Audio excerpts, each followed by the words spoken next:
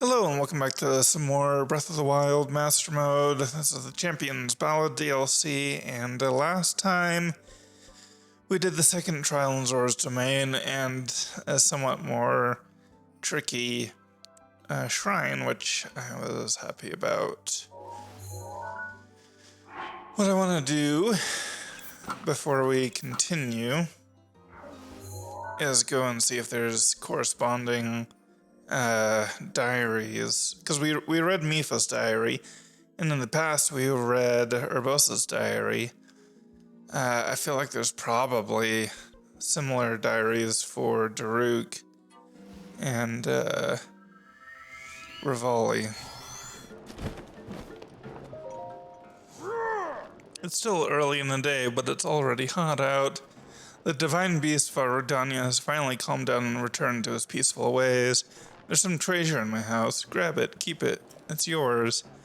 It's a sharp blade that Daruk himself once wielded. I'm sure you'll be able to make good use of it. So, did you need something? Tell me about Daruk. You want to know about Daruk, huh? Popular subject these days. Not too long ago, a Rito bard came by wanting to know all about him. I told him about all kinds of things. For example, about the boulder breaker, Daruk's weapon of choice. I told him how heavy it is and how its power is unmatched. You know the valley at Gortram Cliff, southwest of Gorko Tunnel? It was made by Daruk with his boulder breaker in one night. Why? Why do you think? To make it easier for us Gorons to get all that tasty rock roast. That Rito fella seemed to like the other story I told him better, though. I'm not a big fan of that one. The heroic and exciting stories of Daruk capture him much better.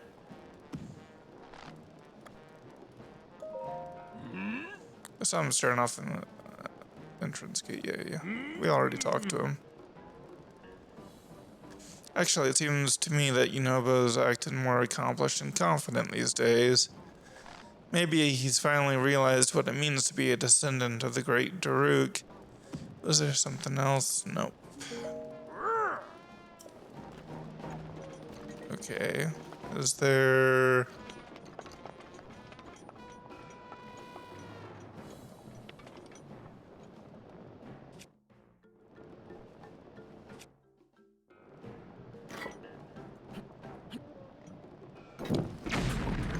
Oh, no. That's what I was trying to do. Okay, no, I'm trying to...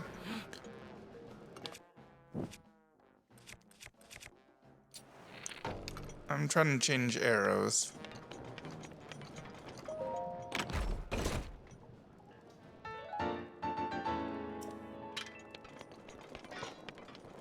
Anyway, tell me about Revali. You're curious about Master Revali? Hoo-hoo, what perfect timing. We recently found the Diary of Revali. We were all excited to locate such a personal item of the champions. However, not just anyone has the right to read something of that nature. That's why I left Teba in charge of it, since he so admires Master Revali. Diary of Revali. The historic Diary of Revali was recently found at the flight range our champion so adored. David took the diary to his home for safekeeping. Okay. Did I just run right past you? I seriously did. I see you got the Great Eagle Bow from the Elder. That thing is way too heavy to use in aerial fighting. I just end up sacrificing all of my speed just to take a shot. Now, if I had both the strength and speed of Master Revali, that would be a different story. But seeing the way you handled your bow against Meadow, I suggested we let you borrow the Great Eagle Bow. Take it with you on your adventure, along with the respect of the Rito. Well then, my wounds are just about healed, so I guess it's time for me to take Tulin to the flight range. I'm hoping Tulin grows up to be a distinguished warrior like Master Revali. Tell me about Master Revali. Link, As you know, us Rito use our wings to fly forward. The wind lifts us up into the glorious sky above. However, we cannot ascend on our own. The Rito tribe used to believe this was an irrevocable truth, until Master Revali's feat changed everything. He learned to create his own updraft and created a unique skill that allowed him to ascend straight up into the air. I'm sure you can understand the great advantage of being above your foe. As a warrior, I am lacking in that way. However, I swear on the sacred sky above that someday I will surpass Master Revali. To that end, I'm determined to master his skill, to teach myself Revali's Gale. Well then, I should probably get Tulin over to the flight range. Take care. Okay, Tulin, let's go to the flight range. Really, Dad? Yay! Haha. Alright, Link. I'll be at the flight range if you need me. Hey, guy, come play with us at the flight range sometime. Okay.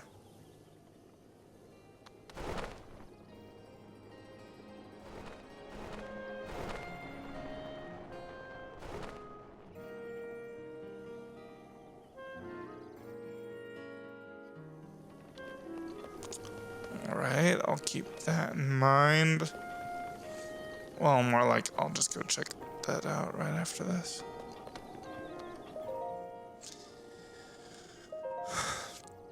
I won another archery competition today. As one would expect, the village can't stop talking about my winning streak.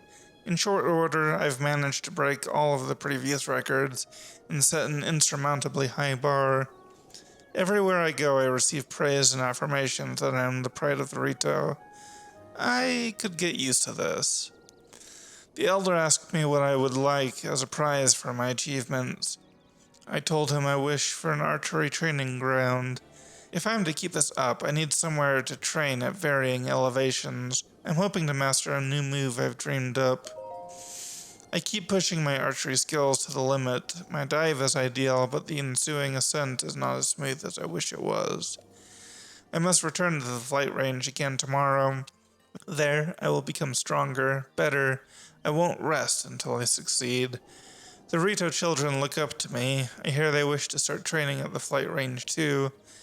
Perhaps it's not a bad idea to allow everyone to use my training space. These are dangerous times, after all. Tomorrow, I will try a new strategy I've been devising to control the updraft. I refuse to believe it's impossible. There is a persistent rumor in town that Calamity Ganon's resurrection is imminent. It can't be true, right? A few years ago, scientists dug up an ancient mechanical beast called Meadow. It was supposedly used to fight Ganon.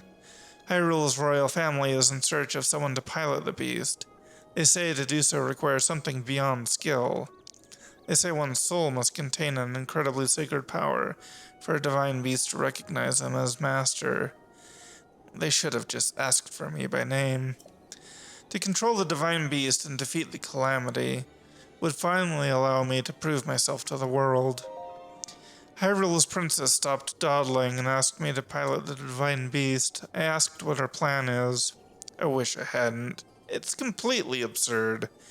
The divine beasts are a little more than backup for some Hylian knight who has the honor of fighting Calamity Ganon. Me, a sidekick. I thought of declining, but then she looked me dead in the eye and held my gaze as she said, "We must protect the precious life of this land from the Calamity's grasp at all costs. Hyrule needs you, Revali." It was so corny I almost died, but I won't soon forget the look in her eyes. She meant it with all of her heart. I thought Hylians only thought of themselves, but I suppose there's an exception to every rule. Huh. Well, that's kind of funny that you say that. I'm going to accept, of course, but out of self-respect, I'm going to let her sweat it out a bit longer. Hyrule's princess is coming by to ask for my answer tomorrow. She will surely be overcome with joy when I accept. And her timing is exceptional. I am close, so close to mastering my new move and showing everyone what I'm capable of. When they see it, they'll know without doubt it should be me fighting Ganon instead of that pathetic knight. I can see it now, the king and princess and the knight all on their knees begging me to defeat Ganon for them. They'll say, "Please, Master Revali, please use your otherworldly skills and intellect to defeat Calamity Ganon." I look forward to that day. I journeyed to Hyrule Castle for an inauguration ceremony. I now bear the grand title of champion. Meaningless pomp, if you ask me. If true strength relied only on title and uniform, everyone would be a champion. I do like the blue scarf, though. That annoyingly silent knight was as emotionless as usual. I can never tell what's on his mind. Likely nothing at all. Somehow, I can't help but believe the stories about him beating adult knights in swordplay when he was only a child. Still, he doesn't stand a chance against me. There's no one alive who can keep up with my aerial combat. That reminds me, it's about time I came up with a fitting name for that new move I created. What kind of name would be worthy? Revali's something. Tornado? Whirlwind? Masterpiece? The princess came to the village on official business, along with her shadow, that insufferable knight. I tried to talk to him while the princess met with the elder, but he was his usual quiet self. Why do people like him so? I also gave him the privilege of seeing me perform Revali's Gale. Nothing. No reaction at all to my impressive feat. I showed it to him even knowing there was a chance of failure since it's still so new. He must be truly slow-witted. I tried to provoke him into facing me, but to no avail. It's like talking to stone. Our interactions were a waste of time, so I flew off to find solace with Meadow. What's wrong with that guy?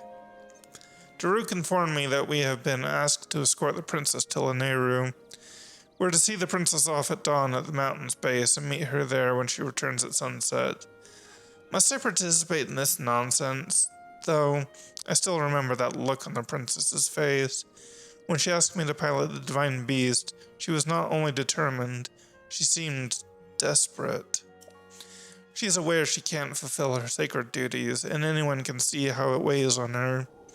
It's difficult for me to comprehend the troubles of the talentless, but I'm trying. It's not that I dislike the princess. She tries her hardest. It's simply not good enough. No, I don't think I can spare the time to send her off in the morning, but perhaps I will fly over to greet her at sunset. Perhaps that alleged sealing power will show her some mercy and finally awaken this time.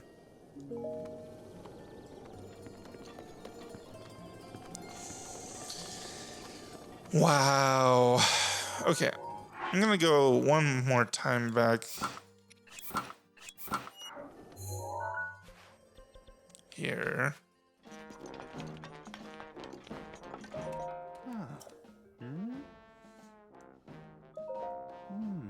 About Lord Daruk?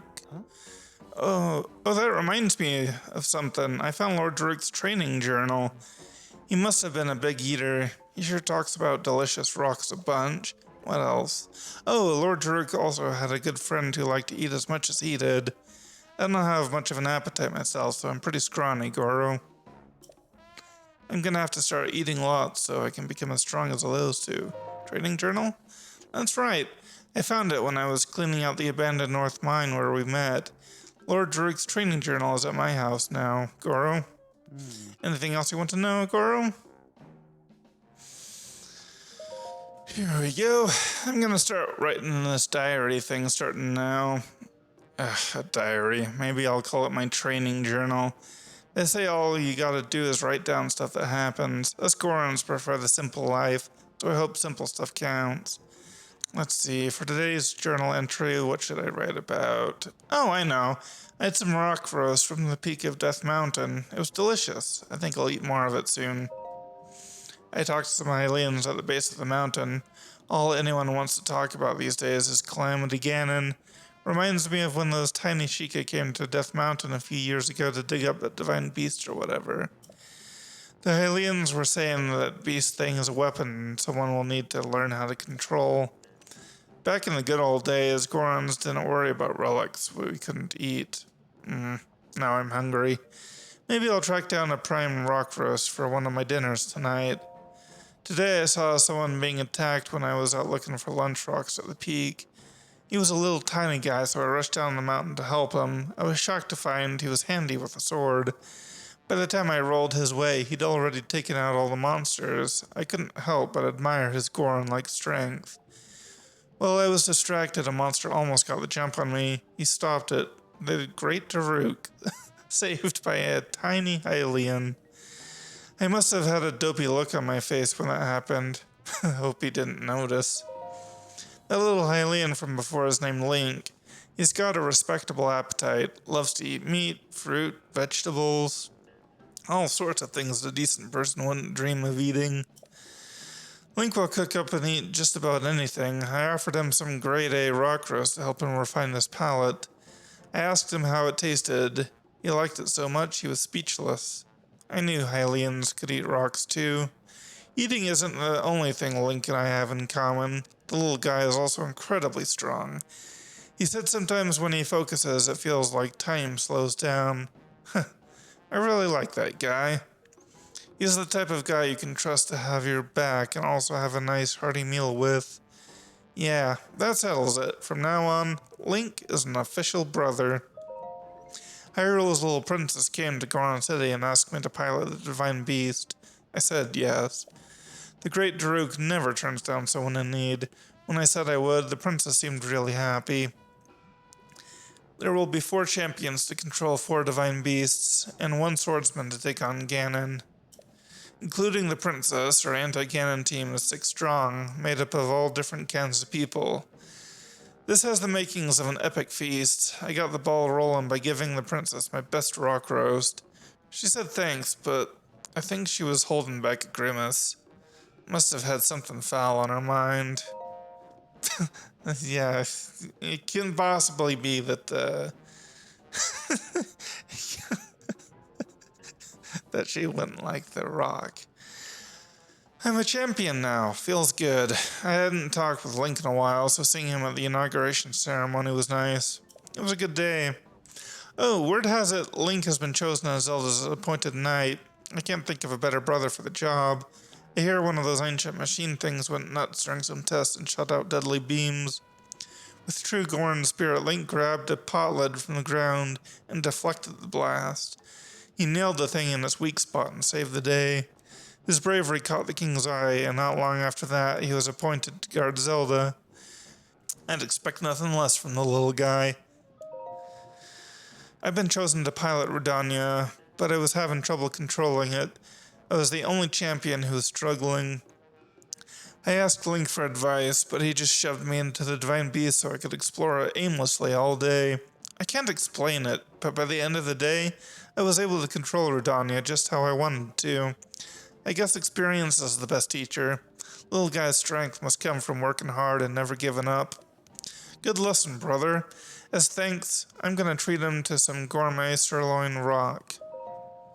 All my alien brother seems to do these days is watch over the tiny princess while she does her research. It looks like tough work, but the princess seems a lot happier and talks more since she's been doing it, so it must be okay. I hear the little guy finally opened up about his troubles to the princess while they were shoveling food. Surprisingly, she opened up right back. She said something princessy like, I guess we're the same, you and I. Sounds heavy. They must have been bonding over their food preferences. That'll do it all right. Yeah, that's totally it.